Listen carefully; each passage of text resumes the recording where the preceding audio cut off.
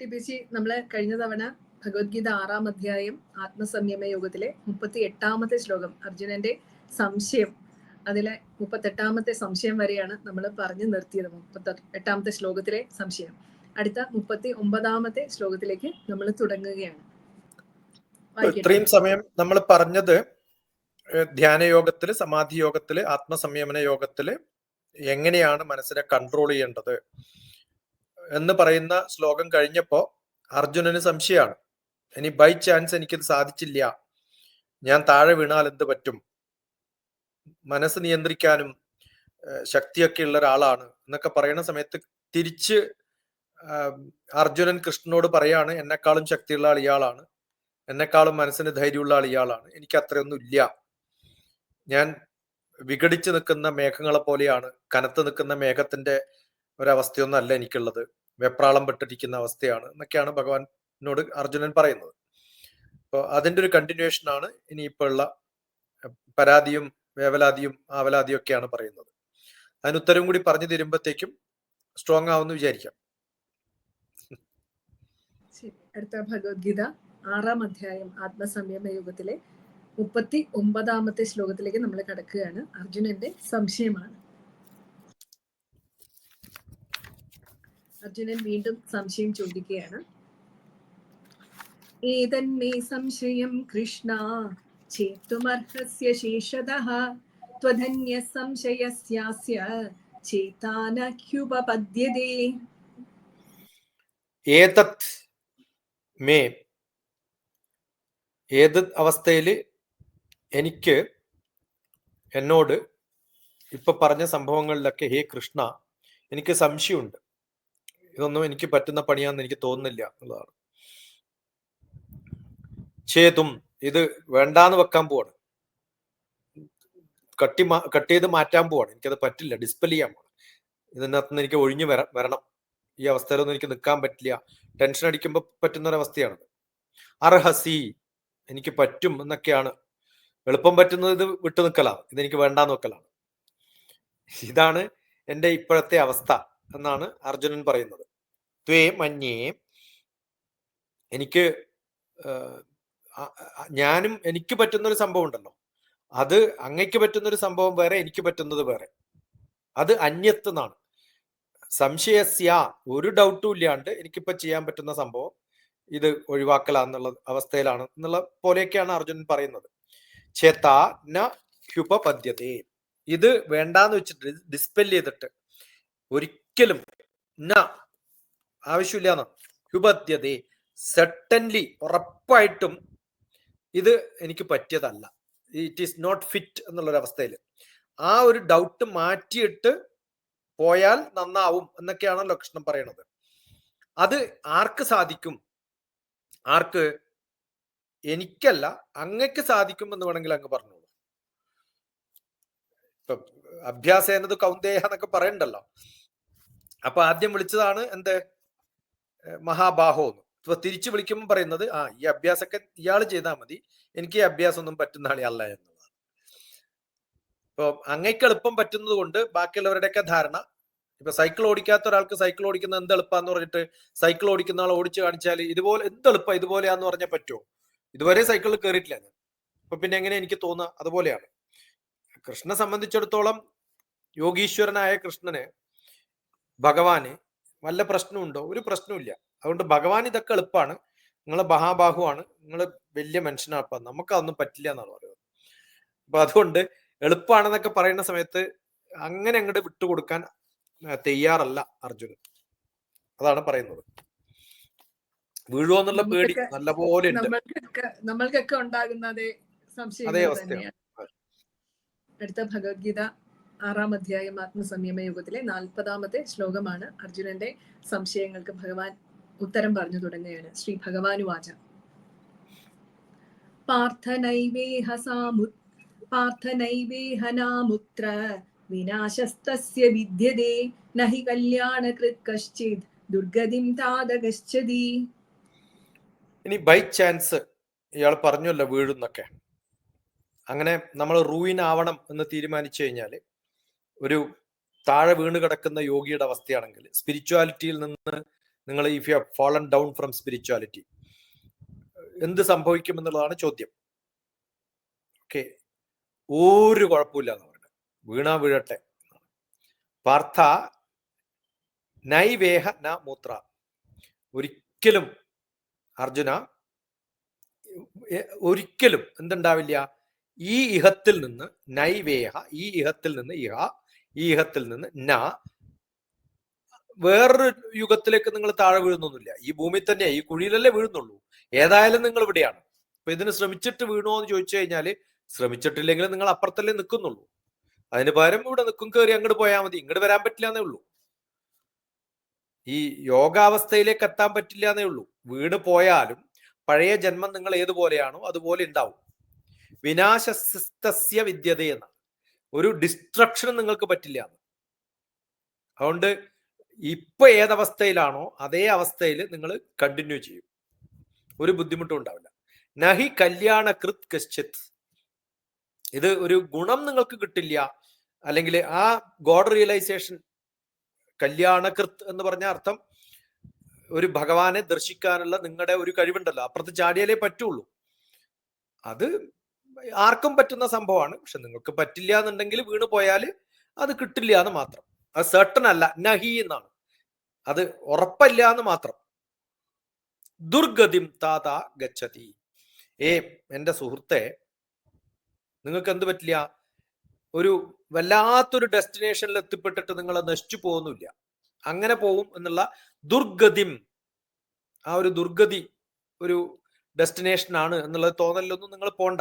ഒന്നും കൂടി എൻകറേജ് ചെയ്യാണ്. വീണാൽ വീഴട്ടെ എന്ന് ഞാൻ നേരത്തെ ചൊല്ലിയല്ലോ, വീണാൽ വീഴട്ടെ, വീഴാത്തവൻ ഉലകിലവൻ. അവിടെ വീണ് കിടക്കാണ്ടിരുന്നാൽ മതി, കയറി ഇങ്ങോട്ട് വന്നാൽ മതി. പഴയ ലോകത്തേക്ക് തന്നെ നിങ്ങൾക്ക് മാറാൻ പറ്റും. അതുകൊണ്ട് പൂർണ്ണമായിട്ടും റൂയിനാവും, നഷ്ടപ്പെട്ടും. അങ്ങനെ ഒരു മനുഷ്യനും ഭഗവാനിൽ എത്താത്തത് കൊണ്ട് പൂർണ്ണമായിട്ടും നഷ്ടപ്പെട്ടിരുന്നില്ല എന്നുള്ളതാണ്. മനുഷ്യ ജന്മത്തിലെങ്കിലും ജീവിച്ചാൽ മതി. നന്മ എന്തെങ്കിലും ചെയ്തു കഴിഞ്ഞാൽ അതിന് എന്തെങ്കിലും തിക്തഫലം ഉണ്ടാവുമോ എന്നുള്ള ഭയം നമുക്ക് വേണ്ട. ധൈര്യത്തിൽ നന്മയിലേക്ക് പ്രവർത്തിക്കാം. നന്മ പ്രവർത്തിച്ചത് കൊണ്ട് ആ പ്രവർത്തിക്കുന്ന പ്രവൃത്തിയിലാണ് ഫലം. അതിന്റെ ഫലം കാണുമോ എന്നുള്ള ഭയം നിങ്ങൾക്ക് വേണ്ടാന്നർത്ഥം. നമ്മൾ നന്മ ചെയ്യുന്ന സമയത്ത് നമുക്കുള്ളൊരു ഭയം അതിന്റെ റിസൾട്ട് ആണ് എന്നുള്ളതാണ്. ആ റിസൾട്ട് അല്ല, കർമ്മമാണ് നമ്മൾ ചെയ്യുന്ന നന്മ. അതുകൊണ്ട് നമ്മൾ വല്ലാണ്ട് മോശപ്പെട്ടു പോകുന്നില്ല എന്നുള്ളതാണ് ഭഗവാൻ പറയുന്നത്. നിങ്ങൾ ചാടുന്നതൊക്കെ ഞാൻ കാണുന്നുണ്ട്.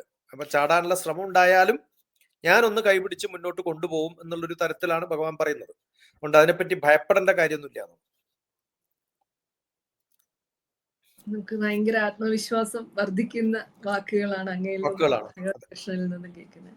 അടുത്തത് ഭഗവത്ഗീത 6-ാം അധ്യായം ആത്മസംയമ യോഗത്തിലെ 41-ാമത്തെ ശ്ലോകത്തിലേക്ക് നമ്മൾ കടക്കുകയാണ്. ഭഗവാൻ തുടരുകയാണ് യോഗഭ്രഷ്ടനായി കഴിഞ്ഞാലുള്ള അവസ്ഥയെ കുറിച്ചിട്ട്. ശ്രീ ഭഗവാനുവാച പ്രാപ്യ പുണ്യകൃതാൻ ലോകാൻ ഉഷിത്വാ ശാശ്വതീ സമാ ശുചീനാം ശ്രീമതാം ഗേഹേ യോഗഭ്രഷ്ടോ വിജായതേ. ഇപ്പം മനുഷ്യനായിട്ടുള്ള സാധാരണക്കാരനായിട്ടുള്ള അർജുനന് ഈ ടെൻഷനൊക്കെ ഉണ്ടെങ്കിൽ യോഗിയായി മാറിക്കഴിഞ്ഞാലും ഈ അവസ്ഥയിലൊക്കെ പിന്നെയും വരാമെന്നാണ്. ഒരു പ്രാവശ്യം ചാടിക്കടന്നത് കൊണ്ട് സ്ഥിരമായിട്ട് അവിടെ നിൽക്കുന്നൊന്നും വിചാരിക്കണ്ട. അവിടുന്ന് വല്ല അബദ്ധവും ചെയ്താൽ അവിടുന്നും തെന്നിക്കുഴിയിലേക്ക് വീഴാൻ സാധ്യതയുണ്ട്. അത് നിങ്ങൾ ശുചീനാം ശ്രീമതാം ഗേഹേ, വീട്ടിൽ തന്നെ ഇരുന്നിട്ട് എല്ലാ നല്ല കർമ്മങ്ങളും, എല്ലാ പയസ്സായിട്ടുള്ള കർമ്മങ്ങൾ എന്ന് പറയുമല്ലോ നമ്മൾ, അത്തരം കർമ്മങ്ങളും ഏറ്റവും ഗുണം കിട്ടാനുള്ള എല്ലാ കർമ്മങ്ങളും ശ്രീമാതാം എന്ന് പറഞ്ഞാൽ ഏറ്റവും ബഹുമാനിക്കപ്പെടുന്ന കർമ്മങ്ങളൊക്കെ നമ്മൾ ചെയ്തു എന്ന് വിചാരിക്കാം. അഥവാ ധീമതാം, നിങ്ങൾ വളരെ ധീയുള്ള ഒരാളാണ്, ബുദ്ധിയുള്ള ഒരാളാണ്, നല്ല ജ്ഞാനിയാണെന്ന് വിചാരിക്കാം. യോഗീനാം കുലേ ഏവ ഭവതി എന്നാണ്, യോഗികളുടെ കുലത്തിൽ തന്നെയാണ് നിങ്ങളുള്ളത്. ഇതൊന്നും ആയാലും കാര്യമില്ല എന്നാണ് പറയുന്നത്. ഇങ്ങനെ കുറേ കാര്യങ്ങൾ പറയും, ഓരോരോന്ന് പറഞ്ഞ് ഈ അവസ്ഥയിൽ ഏത് അവസ്ഥയിലെത്തിയാലും നിങ്ങൾക്ക് സാധിക്കില്ല എന്ന് ഭഗവാൻ പറഞ്ഞു വരുന്നുണ്ട്. അപ്പൊ അതിന്റെ മുമ്പ് നിങ്ങളിപ്പോ പ്രയത്നപ്പെട്ടിട്ട് ഇനി അടുത്ത് വരാൻ പോകുന്നത് യോഗീന്റെ കുലത്തിൽപ്പെട്ടിട്ടുള്ള ആളായും കാര്യമില്ല. നിങ്ങളുടെ ഈ കർമ്മത്തില് സാധാരണ മനുഷ്യനായിട്ടുള്ള ഒരാള് യോഗിയായിട്ട് മാറുമ്പോഴും അവിടുന്ന് താഴെ വീഴും. നിങ്ങൾ സ്ഥിരമായിട്ട് അവിടെ താമസിക്കുന്നവരായാലും ആ സ്ഥലത്തും നിങ്ങൾക്ക് പ്രശ്നങ്ങൾ ഉണ്ടാവാം. ഇതൊക്കെ ഉണ്ടായാലും ഒരു മനുഷ്യൻ ശ്രമിക്കാവുന്ന അങ്ങേയറ്റം പൂർണ്ണ ഫലപ്രാപ്തി സിദ്ധിച്ചിട്ട് യോഗിയുടെ അവസ്ഥയിലേക്ക് ചാടിക്കഴിഞ്ഞാലും പിന്നെയും അവിടുന്ന് എന്തെങ്കിലുമൊക്കെ ചില അബദ്ധം പറ്റിയാല് അവിടുന്ന് പിന്നെയും താഴെ വീഴും. ഞാൻ പറഞ്ഞല്ലോ, മല കയറുന്ന സമയത്തുണ്ടാവുന്ന പ്രശ്നങ്ങളെ കുറിച്ച് ആലോചിച്ച് വിലാതിപ്പെടണ്ട. മല കയറി മുകളിലെത്തിയാലും അവിടുന്നും താഴെ വീഴാനുള്ള സാധ്യതയുണ്ട്. അപ്പൊ സുഖമായിട്ട് കഴിയുന്നതിന് ശേഷവും സുഹൃതമായി എൻ്റെ എല്ലാ സംഭവവും ഐശ്വര്യമുള്ളതായി എന്നൊക്കെ വിചാരിച്ച് അവിടെ വന്നെത്തിയാലും നമുക്ക് പ്രശ്നങ്ങളുണ്ട്. അതുകൊണ്ട് ജനിക്കുന്നത് മുതൽ ഓരോ അവസ്ഥയിലെത്തുമ്പോഴത്തേക്കും ഈ അവസ്ഥയിലൊക്കെ അഭിജായത്തെ, അവിടെ പിന്നെ സക്സസ്ഫുൾ ആയിട്ട് അൺസക്സസ്ഫുൾ ആയിട്ട് ഓരോ സംഭവങ്ങളും ഉണ്ടായിട്ട് അൾട്ടിമേറ്റ് ആയിട്ടുള്ള ഒരു അവസ്ഥയിൽ എത്തുമ്പോഴാണ് നിങ്ങൾ ഈ കയറുന്നവരാരായിരിക്കും? ഈ ജന്മം കൊണ്ട് അങ്ങനെ അൺസക്സസ്ഫുൾ ആയിട്ടുള്ള യോഗികൾ ചിലപ്പോൾ അടുത്ത ജന്മത്തിൽ രക്ഷപ്പെടുമ്പോൾ പിന്നെ ചിലപ്പോൾ രക്ഷപ്പെട്ടു പോകും. അപ്പൊ ഈ ജന്മത്തിൽ നമ്മൾ ബൈ ചാൻസ് താഴെ വീണു എന്ന് വിചാരിക്കുക. എന്താ പറ്റാന്ന് ചോദിച്ചു, യോഗഭ്രഷ്ട അഭിജായത്തെ. ഒരു യോഗഭ്രഷ്ടനായിട്ട് മാറിക്കഴിഞ്ഞാല് പിന്നെ അഭിജായത്തെ, അടുത്ത ഒരു ബർത്തിൽ ചിലപ്പം നല്ല ഫാമിലിയിലൊക്കെ ജനിച്ച് നല്ല യുക്തമായിട്ടുള്ള സ്ഥലത്തൊക്കെ എത്തി. അപ്പൊ ഇപ്പുറത്തുനിന്ന് ചാടി അപ്പുറത്ത് വീണു, ഇനി ബൈ ചാൻസ് അവിടുന്ന് തെന്നി താഴെ വീണാലും അടുത്ത ജന്മത്തിലെങ്കിലും ജനിക്കുമ്പോൾ അപ്പുറത്തെ ഭാഗത്താകും. ഇപ്പൊ ഭഗവാന്റെ അടുത്തേക്ക് ചാടി നോക്കി എത്തിയില്ല എന്നുള്ള ഭയമൊന്നും വേണ്ട. അടുത്ത ജന്മത്തിൽ നിങ്ങൾക്ക് ഭഗവാന്റെ തൊട്ടടുത്ത് ജനിക്കാനുള്ള യോഗം ഉണ്ടാവും. പക്ഷെ അതിപ്പോ ചാടി നോക്കിയിട്ട് അവിടുന്ന് താഴെ വീണാലേ അടുത്ത ജന്മത്തിൽ അവിടെ ജനിക്കാൻ പറ്റുള്ളൂ. ഇവിടുന്ന് ചാടി നോക്കാൻ തരുന്ന ഒരാൾക്ക് അടുത്ത ജന്മത്തിൽ ഇവിടെ മാത്രമേ ജന്മം ഉണ്ടാവുള്ളൂ, അവിടെ ഉണ്ടാവില്ല. അപ്പൊ ഭഗവാൻ കൃത്യമായിട്ട് പറഞ്ഞു, ബൈ ചാൻസ് നിങ്ങൾ അപ്പുറത്തെത്തി ചെറിയ മിസ്റ്റേക്ക് ഒക്കെ പറ്റി താഴെ വീണു, അവിടുന്ന് സ്ലിപ്പായി വീണു, എല്ലാ കർമ്മങ്ങളും കറക്റ്റായിട്ട് ചെയ്തിട്ടില്ല, കുഴപ്പമില്ല, അടുത്ത ജന്മത്തിലെങ്കിലും നിങ്ങൾ അവിടെ ജനിക്കുമല്ലോ, പിന്നെ ചാടേണ്ട പണിയില്ലല്ലോ. അതുകൊണ്ട് പൂർണ്ണമായിട്ടും അയോഗ്യനാവില്ല. ഇപ്പൊ അൺസക്സസ്ഫുൾ ആയാൽ സ്ഥിരമായിട്ട് അൺസക്സസ്ഫുൾ. ഇപ്പൊ രക്ഷപ്പെട്ടാല് അടുത്ത ജന്മത്തിൽ തുടക്കം തന്നെ സക്സസ്ഫുൾ ആയിട്ട് തുടങ്ങും എന്നാണ് ഭഗവാൻ പറയുന്നത്. എന്ന് വെച്ചാൽ അർത്ഥം, ഇന്ന് ഞാൻ ശ്രമിച്ചിട്ട് നടക്കാത്ത കാര്യം ഇന്ന് രാത്രി കിടന്നുറങ്ങി നാളെ രാവിലെ എഴുന്നേൽക്കുമ്പോഴെങ്കിലും നല്ല ബുദ്ധിയോടുകൂടി എനിക്ക് എഴുന്നേക്കാൻ പറ്റുമെന്നാണ്. ഈ ജന്മം എന്ന് പറയുന്നത് ഇന്നുറങ്ങി അടുത്ത ട്രയൽ, അടുത്ത പീരീഡ് എന്ന് പറയില്ലേ, ഒരു ഒരു ഒരു ഒരു മാസം കഴിഞ്ഞു, അടുത്ത മാസമെങ്കിലും നമുക്ക് അതിന്റെ ഗുണം കിട്ടും. അതാണ്. അപ്പൊ സ്ഥിരമായിട്ട്, അതുകൊണ്ടാണ് ഭഗവാൻ അഭ്യാസേനതു കൗന്ദേയ, ശ്രമിച്ചുകൊണ്ടിരുന്നോളാൻ പറയുന്നത്. അതിന്റെ കണ്ടിന്യൂഷൻ ആണ് ഇതൊക്കെ. അതായത് നമ്മള് ഏത് ഫീൽഡിലാണോ എക്സ്പീരിയൻസ് ഉള്ളത്, നമ്മളെ സാധാരണ ഒരു ജോലിക്ക് കയറി കഴിഞ്ഞാൽ ആ ഫീൽഡിൽ തന്നെ ആയിരിക്കും അടുത്ത പ്ലേസ്മെന്റ് കിട്ടുക, അല്ലെ? പ്രയർ എക്സ്പീരിയൻസ് നോക്കിയിട്ടായിരിക്കും നമുക്ക് അടുത്ത പ്ലേസ്മെന്റ് കിട്ടുക എന്ന് പറയുന്ന പോലെ ഭഗവാനിൽ എത്താൻ ആഗ്രഹിച്ചവരെ, ഭഗവാനെ അറിയാൻ ആഗ്രഹിച്ചവരെ അതിന് അനുയോജ്യമായിട്ടുള്ള വീടുകളിൽ തന്നെ ജനിപ്പിച്ച് അത് കുറച്ചുകൂടി സക്സസ്ഫുൾ ആക്കുമെന്നാണ് എനിക്ക് അങ്ങ് പറഞ്ഞതെന്ന് മനസ്സിലാവുന്നത്. പിന്നെ മറ്റൊന്ന് അങ്ങ് പറഞ്ഞു, ഈ ജന്മം ഉറക്കം പോലെയാണെന്ന് പറഞ്ഞു. അത് സൈക്കോളജി പഠിച്ചിട്ടുള്ള അങ്ങാണല്ലോ, സൈക്കോ തെറാപ്പിസ്റ്റ് കൂടി ആയതുകൊണ്ട് നമ്മൾ സാധാരണ പറയാറുണ്ട് സൈക്കോളജിയില്, last thought before your bed will be the first thought when you wake up എന്ന് പറയാറുണ്ട്. നമ്മൾ ഉറങ്ങുന്ന മുമ്പ് അവസാനത്തെ ചിന്തയായിരിക്കും ഉണർന്നു കഴിയുമ്പോൾ നമ്മുടെ മനസ്സിലെത്തുന്ന ആദ്യത്തെ ചിന്ത. അതുപോലെ ആയിരിക്കും ജന്മങ്ങളിൽ ഈ ഒരു കണ്ടിന്യൂഷൻ വരുന്നതെന്നാണ് എനിക്ക് മനസ്സിലാകുന്നത് സയന്റിഫിക് ആയിട്ട്, അല്ലേ? തീർച്ചയായിട്ടും വളരെ വ്യക്തമായിട്ടുള്ള പ്രാക്ടിക്കൽ സയന്റിഫിക് റാഷണൽ ആയിട്ടുള്ള ഒരു വിവരണമായിരുന്നു ടി.പി. സി അതിന് തന്നത്. ആ ശ്ലോകത്തിന് വളരെ പ്രാധാന്യമുള്ള ഒരു ശ്ലോകം കൂടിയാണ്, അല്ലേ അത്? അടുത്തത് ഭഗവത്ഗീത 6-ാം അധ്യായം ആത്മസംയമന യോഗത്തിലെ 42-ാമത്തെ ശ്ലോകത്തിലേക്ക് കടക്കുകയാണ്. ഭഗവാൻ തുടരുന്നു. അഥവാ യോഗിനാമേവ കുലേ ഭവതി ധീമതാം ഏതദ്ധി ദുർലഭതരം ലോകേ ജന്മ യദീദൃശം. അതാണ് ഞാൻ പറഞ്ഞത്. അടുത്ത ജന്മത്തിലെത്തും പറഞ്ഞാല് അടുത്ത കുലത്തിൽ നിങ്ങൾക്ക് എത്താനുള്ള ഭാഗ്യം ഉണ്ടാവും. അപ്പൊ അടുത്ത ഒരു ഡിവൈൻ വൈസ് എന്നൊക്കെ നമ്മൾ പറയല്ലോ, ആ അവസ്ഥയിലേക്ക് നിങ്ങൾ ജന്മം കൊണ്ട് തന്നെ മാറാൻ പറ്റും. അപ്പൊ ഒരു യോഗഭ്രഷ്ടനായിട്ടുള്ള ഒരാള് വല്ല അബദ്ധത്തിലും കുറെ രോഗങ്ങളൊക്കെ പെട്ട് അവനവന്റെ കർമ്മങ്ങളൊന്നും ചെയ്യാൻ പറ്റാണ്ടൊക്കെ മാറിപ്പോയി എന്ന് വിചാരിക്കുക. അങ്ങനെ ആവാലോ, കർമ്മങ്ങളൊന്നും ചെയ്യുന്നില്ല, കുഴപ്പമില്ല. അടുത്ത ജന്മത്തില് എവിടെ വെച്ചാണോ നിങ്ങൾ നിർത്തിയത് ഒരു സ്റ്റെപ്പ് മാത്രമേ ബാക്കോട്ട് പോകുള്ളൂ. കുറേ പിന്നോട്ട് പോകുന്നുള്ള ധാരണ വേണ്ടാന്നർത്ഥം. പിന്നെയും അവിടെ ഒന്ന് ആ സ്റ്റെപ്പ് എടുത്തിട്ട് ഒന്ന് ആഞ്ഞ് ചവിട്ടിയാൽ പിന്നെ കുറേയും കൂടി മുന്നോട്ട് പോകാൻ പറ്റും. അപ്പൊ അതുകൊണ്ട് ആ അവസ്ഥയിലേക്ക് വേണം നമ്മൾ പോവാൻ. അങ്ങനെയുള്ളവരാണ് ആര് ചെയ്യുക? അഥവാ യോഗിനാമയവ കുലേ ഭവതി ധീമതാം, ബുദ്ധിയുള്ളവർ ചെയ്യുക. ഇപ്പൊ ബുദ്ധിയുള്ളവരായിട്ട് മാറണമെങ്കിൽ, അടുത്ത ജന്മത്തിൽ ബുദ്ധിയുള്ളവരായിട്ട് മാറണമെങ്കിൽ ഇപ്പൊ ബുദ്ധി ഉപയോഗിച്ചോളൂ എന്നുള്ള ഒരു ക്ലൂവും കൂടി ഉണ്ട് അവിടെ.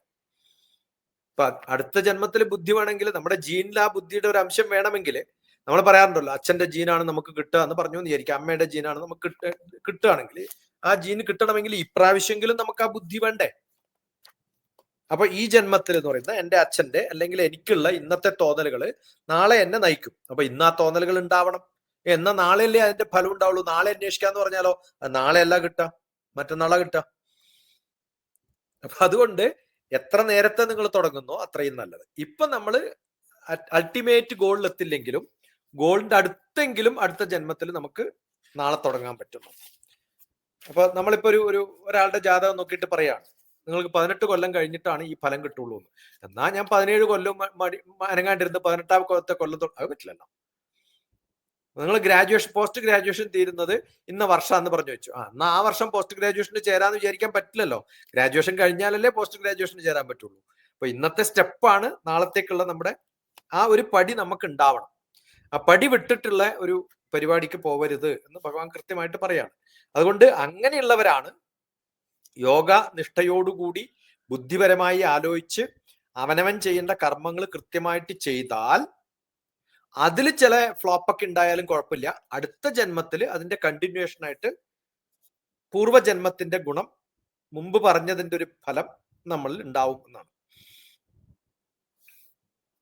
വളരെ വ്യക്തമാണ്. നമ്മളൊരു ചെടി ഇന്ന് നട്ടാൽ അതിന്റെ ഫലം അന്ന് തന്നെയല്ല കിട്ടുന്നത്, കുറച്ച് നാൾ കഴിഞ്ഞ് ആണെന്ന് പറഞ്ഞ പോലെ നമ്മൾ ചെയ്തുകൊണ്ടേയിരിക്കണം, അല്ലെ? നട്ടുകൊണ്ടേയിരിക്കണം എന്നാണ് വളരെ വ്യക്തമായിട്ടുള്ള ഒരു വിവരണം. അടുത്ത ഭഗവത്ഗീത 6-ാം അധ്യായം ആത്മസംയമ യോഗത്തിലെ 43-ാമത്തെ ശ്ലോകത്തിലേക്ക് നമ്മൾ കടക്കുകയാണ്. ഭഗവാൻ തുടരുകയാണ്. തത്രതം ബുദ്ധി സംയോഗം ലഭതേ പൗർവദേഹികം യതതേ ച തതോ ഭൂയ സംസിദ്ധൗ കുരുനന്ദന. കുരുനന്ദന, ഓരോ വിളിയിലും വ്യത്യാസമുണ്ട്. ഇവിടെ കുരുനന്ദനായിട്ടാ വിളിക്കണേ. ഏ അർജുന, ഏത് തരത്തിലാണ്? സംസിദ്ധൗ, ഒരു പെർഫെക്ഷൻ എന്ന് പറയുന്ന ഒരു സിദ്ധിയുടെ സംസിദ്ധൗ എന്നാണ്. ഏറ്റവും പെർഫെക്ഷനില്, അൾട്ടിമേറ്റ് പെർഫെക്ഷനില് നമുക്ക് കാര്യങ്ങൾ ചെയ്യാൻ സാധിക്കണം എന്നുള്ളതാണ്. ഏത് തരത്തിൽ വേണം? തത്ര പൗർവദേഹികം, ഈ പൂർവദേഹം, എൻ്റെ പഴയ ജന്മം ഏത് തരത്തിലാണോ സംസിദ്ധമായിരിക്കുന്നത്, തം ബുദ്ധി സംയോഗം ലഭതേ, ആ ബുദ്ധിയും ഈ ബുദ്ധിയും, ഇന്നത്തെ ബുദ്ധിയും, ഞാൻ പാതി ദൈവം പാതി എന്ന് പറയുന്നത് നമ്മൾ. അപ്പൊ എൻ്റെ പഴയ ജന്മത്തിലുള്ള ഗുണവും ഈ ജന്മത്തിലുള്ള ഗുണവും കൂടി ചേർത്ത് വെച്ചിട്ട് തത്വഭൂയ അതിനുശേഷം വീണ്ടും കിട്ടുന്ന സംസിദ്ധൗ തതയേ, അങ്ങനെ സിദ്ധിക്കുന്നതും യത്നിക്കുന്നതുമാണ് നമ്മൾ ചെയ്യേണ്ടത്. അപ്പൊ അടുത്ത ജന്മത്തിൽ ഞാൻ യത്നിച്ചോളാം, അടുത്ത ജന്മത്തിലേ കിട്ടുള്ളൂ എന്ന് വിചാരിച്ചാല് കിട്ടില്ല. കാരണം അവിടെ പകുതിയെ കിട്ടുള്ളൂ. ഇപ്പുറം പകുതി ചെയ്താൽ ആ പകുതി എനിക്ക് അടുത്ത ജന്മത്തിൽ കിട്ടും, അപ്പൊ പൂർണ്ണമാവും. ഇപ്പൊ ചെയ്യാണ്ടിരുന്നാൽ അടുത്ത ജന്മത്തില് അടുത്ത ജന്മത്തിൽ എനിക്ക് മോക്ഷം ഉണ്ടെന്ന് വിചാരിച്ചാൽ അടുത്ത ജന്മത്തിൽ മോക്ഷം കിട്ടില്ല. ഈ ജന്മത്തിൽ കഴിഞ്ഞാലേ ഇതിന്റെ ഫലവും കൂടി കൂട്ടിച്ചേർത്താലേ ചിലപ്പോൾ നമ്മൾ കോമ്പൗണ്ട് ഇൻട്രസ്റ്റ് പോലെയാണ്. അതുകൊണ്ട് സാധാ ഇൻട്രസ്റ്റ് അല്ല, നേരെ കൂട്ടിന്ന് വരില്ല. നമ്മൾ നല്ലോണം പ്രയത്നിച്ചാൽ അതിന്റെ ഒരു ഡബിൾ ഇൻട്രസ്റ്റ് തരും നമുക്ക്. ആ അവസ്ഥയിലേക്ക് പോകും. അതുകൊണ്ട് പുതിയ ജന്മത്തിന് വേണ്ടി കാത്തിരിക്കരുത്. പൂർവ്വജന്മത്തിൽ ഉണ്ടാവുന്ന എല്ലാ നല്ല ബുദ്ധിയുള്ള ബ്രഹ്മജ്ഞാനമായാലും നമുക്ക് ചെയ്യേണ്ട കാര്യങ്ങളൊക്കെ കൃത്യമായിട്ട് ചെയ്താൽ ഒരു ചോർച്ചയും ഇല്ലാതെ അത് അതേപോലെ സേഫ് ഗാർഡ് ചെയ്തിട്ട് അടുത്ത ജന്മത്തിൽ നമുക്ക് തരാനുള്ള സാധ്യതകളുണ്ട്. അതുകൊണ്ട് യോഗസിദ്ധിക്ക് വേണ്ടിയിട്ട് പ്രയത്നം തുടരാനുള്ള ഒരു ഭാവം ഉണ്ടാവും. തുടങ്ങാനല്ല, തുടരാൻ. ഇപ്പൊ തുടങ്ങിയാലേ പിന്നെ തുടരാൻ പറ്റുള്ളൂ. തുടങ്ങാത്ത ഒരാൾക്ക് തുടരാൻ പറ്റില്ലല്ലോ. ഇപ്പൊ പലരും പറയാറുണ്ട് കരിയർ പ്രോഗ്രഷൻ എന്താ ചെയ്യേണ്ടത്? നമ്മൾ കരിയർ പ്രോഗ്രഷൻ ആദ്യം ജോബ് കിട്ടണം. പണി കിട്ടാത്തവരെങ്ങനെ കരിയർ പ്രോഗ്രസ് ചെയ്യാൻ പറ്റും? പലരും കരിയർ ഗൈഡൻസാ കൊടുക്കുക. അപ്പൊ ഞാൻ പറയും കരിയർ ഗൈഡൻസ് അല്ല കൊടുക്കേണ്ടത്. പലരും റെസ്യൂമിയാണ് എഴുതാം. നമ്മൾ റെസ്യൂമി അല്ല എഴുതേണ്ടത്, ആദ്യം CV ആണ് എഴുതേണ്ടത്. കരിക്കുലം വൈറ്റ് എഴുതിയിട്ട് ജോലി കിട്ടിയിട്ട് വേണം അതിനെ CV ആക്കിയിട്ട് മാറ്റാം. ഈ മാറ്റം പോലും നമുക്കറിയില്ല. ഭഗവാൻ കൃത്യമായിട്ട് പറഞ്ഞു കൊടുക്കുന്നുണ്ട്, തുടക്കം ഉണ്ടായാലേ തുടരാൻ പറ്റുള്ളൂ. തുടങ്ങാത്ത ഒരാൾക്ക് തുടരാൻ പറ്റില്ല. എന്ത് രസകരമായിട്ടുള്ള വാക്കുകളാണ് ഉദ്ദേശിച്ചത്. കൃത്യമായിട്ട് ഇത് മനസ്സിലാക്കാണ്ട് വെറുതെ വായിച്ചു പോയിട്ട് കാര്യമില്ല. അതുകൊണ്ട് തുടക്കം, പിന്നെ തുടരാൻ പറ്റും. തുടങ്ങാത്തവന് തുടരാൻ പറ്റില്ല. അപ്പൊ പ്രോഗ്രഷൻ ഉണ്ടാവുന്നത് തുടരുമ്പോഴാണ് എന്ന് പറഞ്ഞാൽ തുടങ്ങാത്തവന് പ്രോഗ്രഷൻ ഇല്ല എന്നർത്ഥം. വളരെ വ്യക്തമായിട്ട് പറയാണ് ഭഗവാൻ. വളരെ ടിബിസി അതിപ്പോ കാലിക പ്രസക്തമായിട്ടാണ് പറഞ്ഞു തന്നിരിക്കുന്നത്. അതുകൊണ്ട് തന്നെ എനിക്ക് തോന്നുന്നു വളരെ യങ് ജനറേഷനൊക്കെ അത് മനസ്സിലാകാൻ എളുപ്പമായിരിക്കും അല്ലെ? കറക്റ്റ്.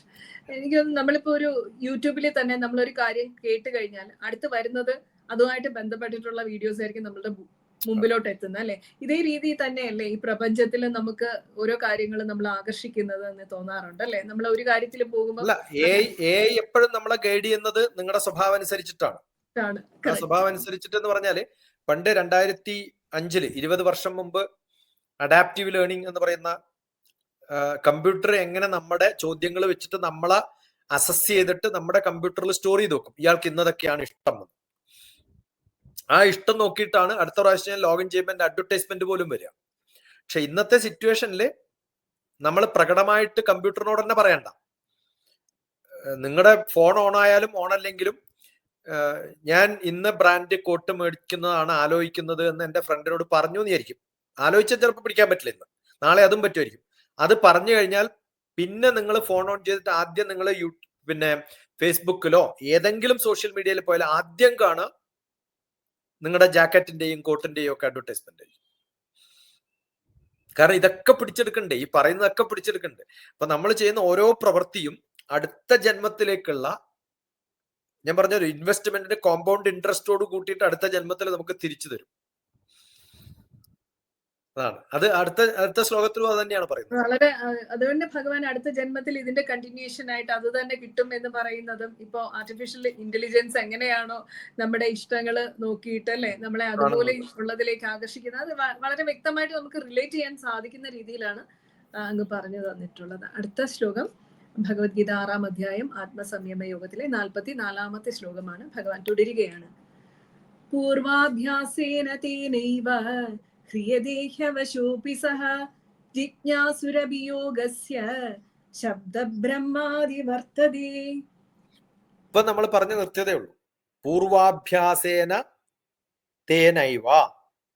പൂർവ അഭ്യാസത്തില് ഏതൊക്കെയാണോ നമുക്ക് മുമ്പ് ചെയ്തിട്ടുള്ള മുൻ ജന്മത്തിൽ എന്ന് വെച്ചാൽ ഇതുവരെ ഇന്നലെ വരെ ഈ ഒരു സ്റ്റാൻസ് തുടങ്ങുന്നതിന് മുമ്പ് നമ്മൾ എന്താണോ പറഞ്ഞത് അത് അടുത്ത കാര്യത്തിലേക്ക് നമ്മളെ ഗവേൺ ചെയ്ത് കൊണ്ടുപോകും എന്നുള്ളതാണ്.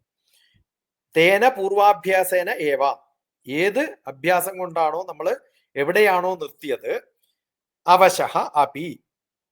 നമുക്ക് ഈ സമയത്ത് അതിനെക്കുറിച്ചൊന്നും ആലോചിക്കുന്നില്ലെങ്കിൽ കൂടി, നമ്മളിപ്പോ രാവിലെ എഴുന്നേൽക്കുമ്പോ ഇന്നലെ സംസാരിച്ച ഓവർകോട്ടിനെ കുറിച്ചൊന്നും ആലോചിക്കണ്ടാവില്ല രാവിലെ. പക്ഷെ കമ്പ്യൂട്ടർ ഓൺ ആക്കുമ്പോൾ ഉടനെ നമ്മളെ ഓർമ്മിപ്പിക്കും, നിങ്ങൾ ഇതാണ് ഇന്നലെ പറഞ്ഞതെന്ന്. അപ്പൊ പൂർവാഭ്യാസത്തിൽ നമ്മൾ ചെയ്തിട്ടുള്ള കാര്യങ്ങളൊന്നും നമ്മൾ ഓർക്കണമെന്നില്ല, ഭഗവാൻ ഓർത്തിട്ട് നമ്മളെ അവിടത്തേക്ക് പിടിച്ചോണ്ടു. അവശഃ അപി. അവശനാണെങ്കിൽ കൂടി സഹ്രിയതേ. അവിടത്തേക്ക് നമ്മൾ ആകർഷിക്കുന്നു പറഞ്ഞാൽ നമ്മുടെ മുമ്പിൽ കാണും. അത് കൃത്യമായിട്ട് നമ്മുടെ കമ്പ്യൂട്ടർ ഓൺ ആക്കുമ്പോഴത്തേക്കും അത് അഡ്വർടൈസ്മെന്റ് ആയിട്ട് വരും. അതുപോലെയാണ് യോഗസ്യ ജിജ്ഞാസു അപി. ആ യോഗമാർഗത്തിൽ നമ്മൾ എന്തായിട്ട് മാറും? ഒരു ജിജ്ഞാസു ആയിട്ട് മാറാൻ സാധ്യതകളുണ്ട്. ശബ്ദബ്രഹ്മ അതിവർത്തതേ. ഓരോ വാക്കുകളും വരുമല്ലോ, ശബ്ദത്തിൽ വരുന്ന വേദോക്തമായിട്ടുള്ള ഓരോ കർമ്മങ്ങളിലും അതിന്റെ ഫലത്തെക്കുറിച്ച് അതിക്രമിക്കുന്നതാണ്. ക്രമാതീതമായിട്ട് കൂടിക്കൊണ്ടേയിരിക്കുന്നു. അതിക്രമിക്കുക എന്ന് പറഞ്ഞാൽ അർത്ഥം കൂടി വരും. ആ ശബ്ദബ്രഹ്മത്തെ അത് കൃത്യമായിട്ട് മനസ്സിലാക്കി വാക്കുകളിൽ അതിന്റെ അതീതമായിട്ടുള്ള അനുഭവത്തിലേക്ക് നമുക്ക് പ്രാപിക്കാൻ സാധിക്കും. ഇപ്പൊ ശബ്ദത്തിൽ മാത്രമേ നമ്മൾ ഭഗവാൻ ഭഗവാൻ ഭഗവാൻ എന്ന് പറഞ്ഞിട്ടുണ്ടാവുള്ളൂ. പക്ഷെ അത് സ്ഥിരമായിട്ട് പറഞ്ഞാൽ നാളെ രാവിലെ ആകുമ്പോഴത്തേക്കും അത് നമ്മളിൽ ഫലം കണ്ടെത്തി നമുക്ക് അനുഭവിക്കാൻ പറ്റുന്ന വിധത്തിലേക്ക് മാറ്റിത്തരും ഭഗവാൻ എന്നർത്ഥം.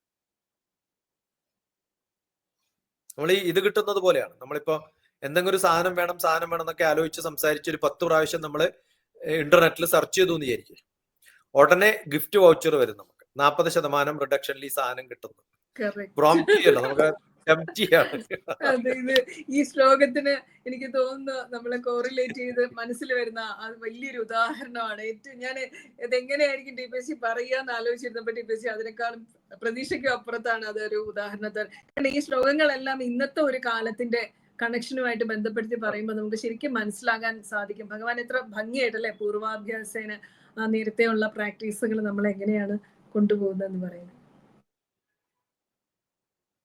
അടുത്തത് ഭഗവത്ഗീത 6-ാം അധ്യായം ആത്മസംയമ യോഗത്തിലെ 45-ാമത്തെ ശ്ലോകത്തിലേക്ക് നമ്മൾ കടക്കുകയാണ്.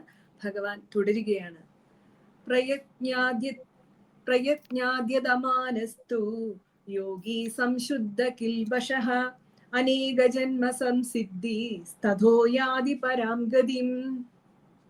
പ്രയത്നാത് യതമാനഃ, നമ്മള് നല്ലപോലെ തീവ്രമായിട്ട് യത്നിച്ചിട്ട്, പ്രയത്നാത് പൂർണ്ണമായിട്ട് യത്നിച്ചുകൊണ്ട് ഏതൊരാളാണോ ഇത്തരം കാര്യങ്ങളിൽ ശ്രദ്ധപൂർണമായിട്ട് അർപ്പിച്ചുകൊണ്ട് ചെയ്യുന്നു, അപ്പൊ എന്ത് പറ്റും? യോഗി സംശുദ്ധ കൽബിഷഃ എന്നാണ്.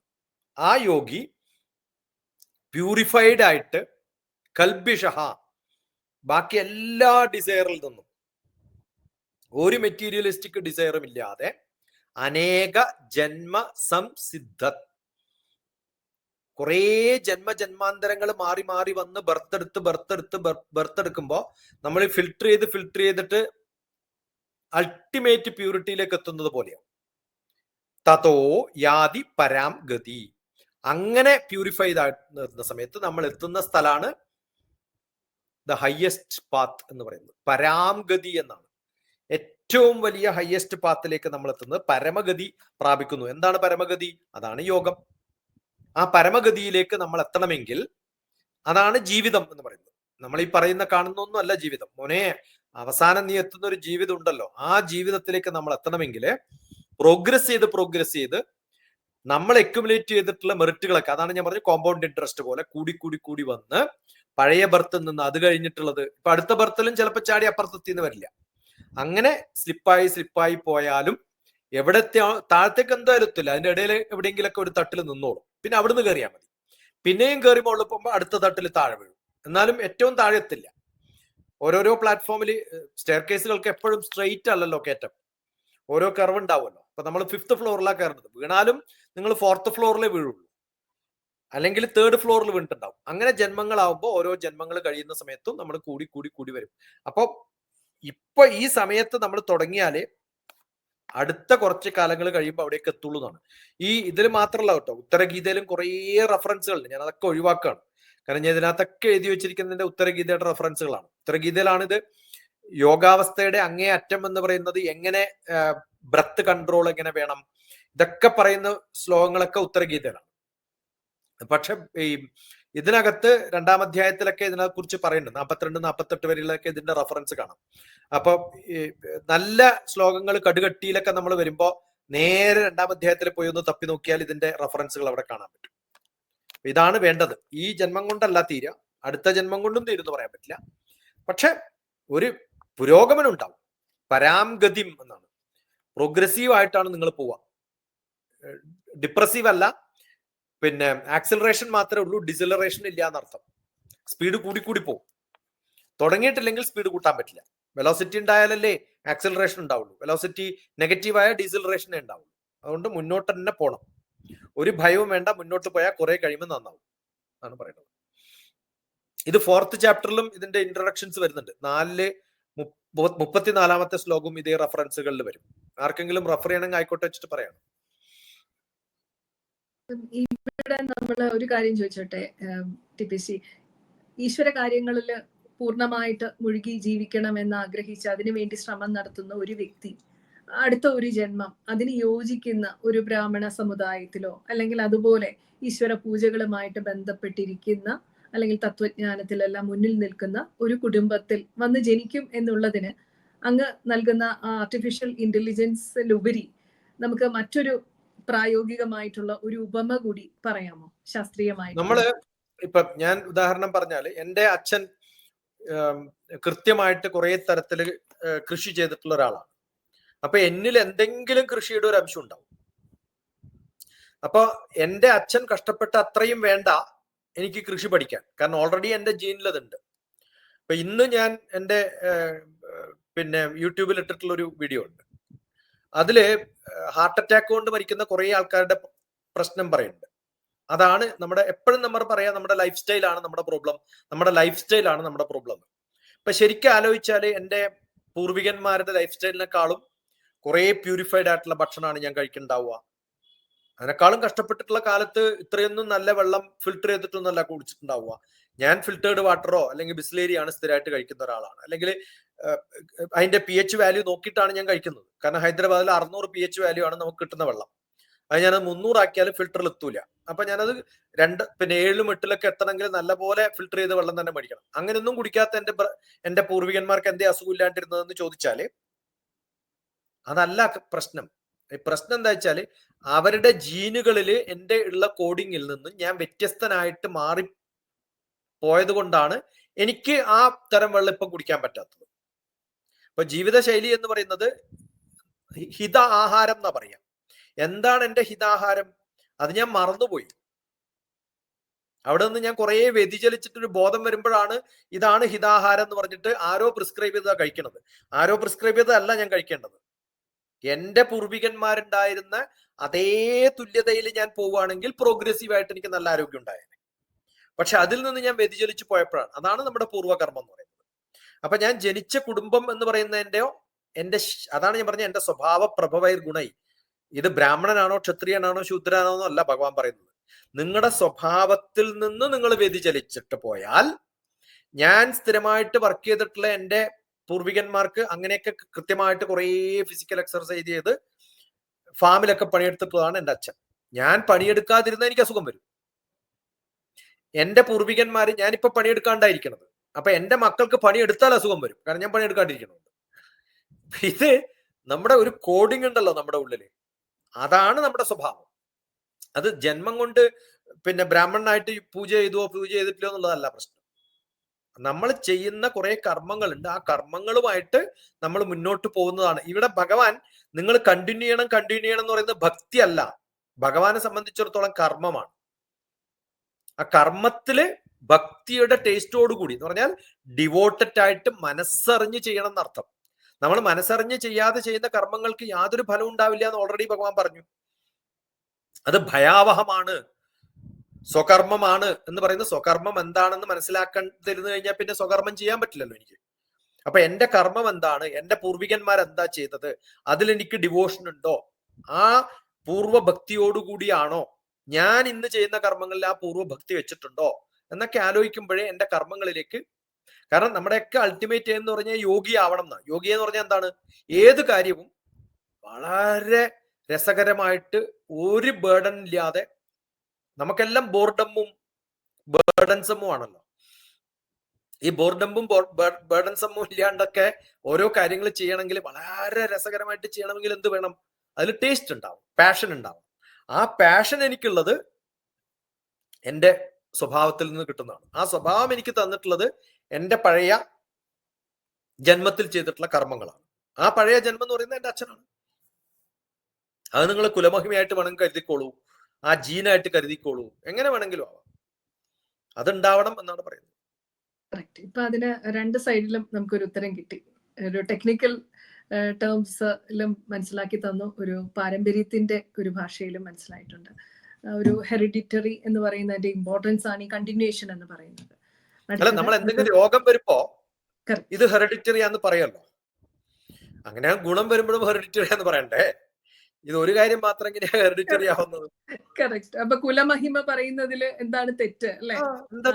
ലോകത്തിന്റെ പാരമ്പര്യം പറയാമെങ്കിൽ തീർച്ചയായിട്ടും. അല്ല, നമുക്കിപ്പോ എന്തെങ്കിലും പ്രഷർ ഉണ്ടെന്ന് പറഞ്ഞു ഡോക്ടർ ആദ്യം ചോദിക്കുക, അമ്മക്ക് പ്രഷർ ഉണ്ടോ, അച്ഛന് പ്രഷർ ഉണ്ടോ? ചോദിക്കോ ഇല്ലയോ? അത് ചോദിക്കുകയാണെങ്കിൽ എനിക്ക് കുറച്ച് ഗമയുണ്ടെന്ന് വിചാരിക്കാം. അച്ഛന് ഗമയുണ്ടോ അമ്മക്ക് ഗമയുണ്ടോ എന്ന് ചോദിക്കണ്ടേ? ചോദിക്കില്ല, എന്താ തെറ്റ്? വളരെ ശരിയാണ്. കുലമഹിമ ഒരു തെറ്റല്ല, സത്യത്തിൽ അതൊരു പാരമ്പര്യമാണ് എന്ന്. മിഞ്ഞാന്നങ്ങാണ്ട് ദുബായിൽ നിന്ന് ഒരാൾ വിളിച്ചു, ഒരു സ്ത്രീ വിളിച്ചാണ്. അപ്പൊ എന്റെ വീഡിയോ ഒന്നും കാണാണ്ടാണ്. ഞാൻ സാധാരണ പറയാം, എന്റെ അടുത്ത് വരുന്ന ഒരാൾ എന്നെ ആരാണെന്ന് അറിയണം. അവർക്ക് ഞാൻ എന്ത് ജോലിയാണെന്ന് അറിയില്ല, ഒന്നും അറിയില്ല. അപ്പൊ ഞാൻ ചോദിച്ചു ആരാ റെഫറൻസ് തന്നത്? അപ്പൊ ഉടനെ പേര് പറഞ്ഞു. അപ്പൊ ഉടനെ ഞാൻ നോക്കിയ സമയത്ത് അവരെ ഞാൻ ഒരാഴ്ച മുമ്പ് വഴക്ക് പറഞ്ഞു വിട്ടതാ, എന്നെ കൃത്യമായിട്ട് അറിയാത്തതുകൊണ്ട്. എന്നിട്ട് അവരെന്റെ റെഫറൻസ് മകൾക്ക് കൊടുത്തിരിക്കുന്നു. മകൾക്ക് എന്നെ അറിയില്ല. മകള് മകന് കൊടുത്തിരിക്കുന്നു. മകന് അതിന് ഒരു 2 ആഴ്ച മുമ്പ് ഞാൻ വഴക്ക് പറഞ്ഞതാണ്. അപ്പൊ ഞാൻ ഈ സ്ത്രീയോട് ഞാൻ പറഞ്ഞു, നിങ്ങളുടെ അമ്മയോടും ഇതേ വഴക്ക് ഞാൻ പറഞ്ഞിട്ടുണ്ട്. നിങ്ങൾക്ക് എന്നെ അറിയാണ്ട് നമ്മുടെ അടുത്ത് വന്നിട്ട് ഒരു കാര്യം ചോദിക്കുമ്പോൾ, നമ്മളിപ്പോ ഒരു ഡോക്ടറെ അടുത്ത് പോകുന്ന സമയത്ത് ഡോക്ടറുടെ ക്വാളിഫിക്കേഷനും ബോർഡും അവിടെ എന്താണ് ചെയ്യണമെന്നൊക്കെ അറിഞ്ഞിട്ടല്ലേ പറയുള്ളൂ. അതാണ് അവസ്ഥ. അത് ഞാൻ പറഞ്ഞു, അത് നമ്മൾ ചിലപ്പോ അമ്മേനെ പറയും അച്ഛനെ പറയുന്നവരും തെറ്റൊന്നുമില്ല, അങ്ങനെ പറയേണ്ടി വരും ചിലപ്പോ. എന്താ ചെയ്യാം. വളരെ മനോഹരമായിട്ടുണ്ട്. അടുത്തത് ഭഗവത്ഗീത 6-ാം അധ്യായം ആത്മസംയമ യോഗത്തിലെ 46-ാമത്തെ ശ്ലോകത്തിലേക്ക് നമ്മൾ കടക്കുകയാണ്. ഭഗവാൻ തുടരുകയാണ്. തപസ്വിഭ്യോധികോ യോഗി ജ്ഞാനിഭ്യോപി മദോധിക കർമ്മഭ്യശ്ചാധികോ യോഗി തസ്മാദ് യോഗി ഭവാർജുന. 4-ാമത്തെ അധ്യായത്തിൽ നമ്മൾ കണ്ടിട്ടുള്ളത് തത്വദർശി എന്ന് പറഞ്ഞിട്ടുള്ളൊരു കാര്യം പറഞ്ഞിട്ടുണ്ട്. ഇതിൽ എന്താവണം? നമ്മള് കൃത്യമായിട്ട് ഏതവസ്ഥയിലാണോ നമ്മൾ ധ്യാനം, അതിൽ നിന്ന് അല്ലെങ്കിൽ ധ്യാനത്തിലേക്ക് എത്തുന്നതിന് മുമ്പ് തപസ്സും ജ്ഞാനവും കർമ്മവും ഒക്കെ എത്തിക്കഴിഞ്ഞിട്ട് ധ്യാനത്തിലേക്ക് എത്തുമ്പോഴാണ് അതിന്റെ ഇമ്പോർട്ടൻസ് പൂർണ്ണമായിട്ട് നമുക്ക് കിട്ടുക. അപ്പൊ നമ്മൾ യോഗി ആവുന്നതിന് മുമ്പ് എന്ത് വേണം? ആ ധ്യാനാവസ്ഥയിലേക്ക് കൃത്യമായിട്ട് പോകാൻ സാധിക്കണം. ആ അവസ്ഥയാണ് ഇവിടെ ഭഗവാൻ പറഞ്ഞിട്ടുള്ളത്. യോഗി എപ്പോ, ഏത് സമയത്ത്? തമസ്യുഭ്യ അധികഃ, ഏത് ധ്യാനത്തിൽ നിന്ന് കൂടിച്ചേർന്നിട്ട് തപസ്സുകളെക്കാൾ ശ്രേഷ്ഠനായി മാറണം. തപസ്സുകൾ എന്ന് പറഞ്ഞാൽ അവർ കർമ്മങ്ങൾ ചെയ്യുന്നില്ല. ആ അവസ്ഥയിൽ നിന്ന് ജ്ഞാനവും കർമ്മവും ചേർന്നിട്ട് വരുമ്പോഴാണ് ധ്യാനത്തിലേക്ക് നമുക്ക് എത്താൻ സാധിക്കുന്നത്. അത് കൃത്യമായിട്ട് മനസ്സിലാക്കി ചെയ്താൽ അധികഃ മതഃ, അത്തരം ആൾക്കാർ ശ്രേഷ്ഠന്മാരായി മാറി എന്ന് എന്റെ അഭിപ്രായം. ആ അവസ്ഥയിലാണ് ഭഗവാൻ അത് കൃത്യമായിട്ട് ആ അവസ്ഥയിലേക്കാണ് കാണുന്നത്. തസ്മാത് അർജുന യോഗി ഭവഃ. അർജുന, അതുകൊണ്ട് നീ ആരായിട്ട് മാറും? അവസാനം യോഗിയായിട്ട് മാറും. നല്ലപോലെ ശ്രദ്ധിച്ച് കാര്യങ്ങളൊക്കെ ചെയ്തു കഴിഞ്ഞാൽ നല്ല കർമ്മത്തിനുള്ള കഴിവ് നിനക്കുണ്ട്. അതുകൊണ്ട് യോഗിയാണെന്ന് പറഞ്ഞ് മിണ്ടാണ്ട് കണ്ണടച്ചിരിക്കല്ല വേണ്ടതാണ്. കർമ്മയോഗിയാണ് യോഗി എന്നുള്ളതാണ് ഇവിടെ കൃത്യമായിട്ട് അടിവരയിട്ട് പറഞ്ഞിരിക്കുന്നത്. അതുകൊണ്ടാണ് ഞങ്ങളുടെ ഹിമാലയൻ ട്രഡീഷൻ ഒക്കെ പറയുന്നത് കണ്ണടച്ചിട്ടല്ല മെഡിറ്റേറ്റ് ചെയ്യേണ്ടത്. സമാധി എന്ന് പറയുന്നത് കണ്ണു തുറന്ന് ജോലി ചെയ്തുകൊണ്ടാണ് മെഡിറ്റേഷൻ ഇൻ ആക്ഷൻ. അത് മാത്രമേ പഠിപ്പിച്ചിട്ടുള്ളൂ ഞങ്ങളെയൊക്കെ. കണ്ണടച്ചിട്ടല്ല യോഗം, കണ്ണ് തുറന്നിട്ട് ജോലി ചെയ്തുകൊണ്ട് യോഗാവസ്ഥയിലേക്ക് എത്താണ് വേണ്ടത്. ഭഗവാൻ കൃഷ്ണൻ അർജുനോട് പറയുന്നത് അതാണ്. ബുദ്ധി ഉപയോഗിക്കുക, കർമ്മം നന്നായിട്ട് ചെയ്യുക, എന്നിട്ട് യോഗിയായിട്ട് മാറുക. അല്ലെങ്കിൽ അർജുനൻ ഉടനെ പോയിട്ട് വല്ല ഗുഹേന്റെ ഉള്ളിലും പോയിരിക്കുമല്ലോ. അല്ലെങ്കിൽ കണ്ണടച്ചിരുന്നിട്ട് നാളെ മുതൽ യോഗ പ്രാക്ടീസ് കൊണ്ട് എല്ലാവരെയും കണ്ണടച്ചിരിക്കാൻ പഠിപ്പിക്കും. അതല്ലല്ലോ പറഞ്ഞിരിക്കുന്നത്. കർമ്മം ചെയ്യണം എന്നാ പറഞ്ഞിരിക്കുന്നത്. ഇപ്പൊ ജ്ഞാനിയാവണം, നല്ലപോലെ ജ്ഞാനിയാവണം, എന്നിട്ട് തത്വദർശിയായിട്ട് മാറണം. ജ്ഞാനി എന്ന് പറഞ്ഞാൽ സയന്റിസ്റ്റ് എന്നല്ല അർത്ഥം, തത്വദർശി എന്നുള്ള അർത്ഥത്തിലാണ് ഇവിടെ ജ്ഞാനി. ആ അവസ്ഥയിലേക്ക് വേണം നമ്മൾ മുന്നോട്ട് പോകാൻ. കൃത്യമായിട്ട് കാര്യം മനസ്സിലാക്കുക, ഒബ്ജക്റ്റീവ് ആൻഡ് സ്കോപ്പ് മനസ്സിലാക്കിയിട്ട് ജന്മത്തിന്റെ ഒബ്ജക്റ്റീവ് ആൻഡ് സ്കോപ്പ് മനസ്സിലാക്കുക. അതാണ് നമുക്കില്ലാത്തത്. എന്തിനാണ് ഈ ജന്മം എന്ന് ചോദിക്കുമ്പോൾ നമുക്ക് കിട്ടുന്ന ഒരു ഉത്തരവുണ്ടല്ലോ, അവിടേക്ക് എത്തിയാൽ മതി. അതാണ് വേണ്ടത്. വളരെ മനോഹരമായിട്ടുള്ള ഒരു വിവരണമായിരുന്നു. നമ്മളെ ഒരു കർമ്മബോധമുള്ളവരാക്കി മാറ്റുന്ന രീതിയിലാണ് അങ്ങ് അത് വിവരിച്ചത്. അടുത്തത് ഭഗവത്ഗീത 6-ാം അധ്യായത്തിലെ ആത്മസംയമന യോഗത്തിലെ 47-ാമത്തെ ശ്ലോകമാണ്. അവസാനത്തേതുമായിട്ടുള്ള ശ്ലോകമാണ്. അതോടുകൂടി അധ്യായം കഴിയുകയാണ്. ഭഗവാൻ തുടരുകയാണ്. യോഗിനാമപി സർവേഷാം മദ്ഗതേനാന്തരാത്മനാ ശ്രദ്ധാവാൻ ഭജതേ യോ മാം സമേയുക്തതമോ മതഃ. നമ്മൾ പണ്ട് ഇതേ ഒരു ശ്ലോകം പഠിച്ചിട്ടുണ്ട്. ശ്രദ്ധാവാൻ ലഭത്തെ ജ്ഞാനം. ഇവിടെ ശ്രദ്ധാവാൻ ഭജതേ യോ മാം. ശ്രദ്ധയുള്ള ആൾക്കാർക്ക് എന്ത് സാധിക്കും? ഭജതേ, പൂർണ്ണമായിട്ടും ഡിവോഷനോടുകൂടി ഭക്തിയോടുകൂടിയിട്ട് യോ മാം, ആരാണോ മാം എന്റെ അടുത്തേക്ക് എത്തുന്നത്, സമേ യുക്തതമോ മതഃ, അയാള് എവിടെയാവും? യുക്തതമോ, യുക്തതമത്തിലേക്ക് എത്തും. ഏതാ യുക്തതമം? ഹയസ്റ്റ് ആയിട്ടുള്ള യോഗിയായിട്ട് മാറുന്നത്. കാരണം ഇത് പറയുന്നത് യോഗി ആവാൻ വേണ്ടിയിട്ടുള്ള മാർഗമാണ്. യോഗിയായിട്ട് മാറാൻ മതഹ, ഞാൻ അയാളെ കൺസിഡർ ചെയ്യും പ്രൊമോഷന് വേണ്ടിയിട്ടെന്നാണ്. ഞാൻ യെസ് എന്ന് പറഞ്ഞ് കൗണ്ടർ സൈൻ ചെയ്തു തരും. ഏതവസ്ഥയില്? നിങ്ങൾ ഈ തരത്തിലൊക്കെ കർമ്മങ്ങളൊക്കെ ചെയ്ത് പൂർണ്ണമായിട്ടും യോഗി നാം അപി, ഏത് ആളാണോ യോഗിയായിട്ട്, ഏത് സർവേഷാം, എല്ലാ കാര്യങ്ങളിലും ഏതവസ്ഥയിലും എന്തു ചെയ്യുമ്പോഴും ആ അവസ്ഥയിൽ വേണം ചെയ്യാൻ. അല്ലാണ്ട് രാവിലെ എഴുന്നേറ്റിട്ട് 10 മിനിറ്റ് മാത്രം യോഗിയും പിന്നെ 23 മണിക്കൂർ 50 മിനിറ്റും അയോഗിയും ആയാല് അയാൾ അയോഗ്യനാവുകയുള്ളൂ. മദ്ഗതേ, ആ ഏത് എന്റെ വഴിയിലൂടെ വരണം. മദ്ഗതേ, അങ്ങനെ വന്നാൽ അന്തരം, ഏത് ഉള്ളിലിരുന്നിട്ട് വരണം, കാണിക്കാൻ വേണ്ടിട്ട് പോരാ.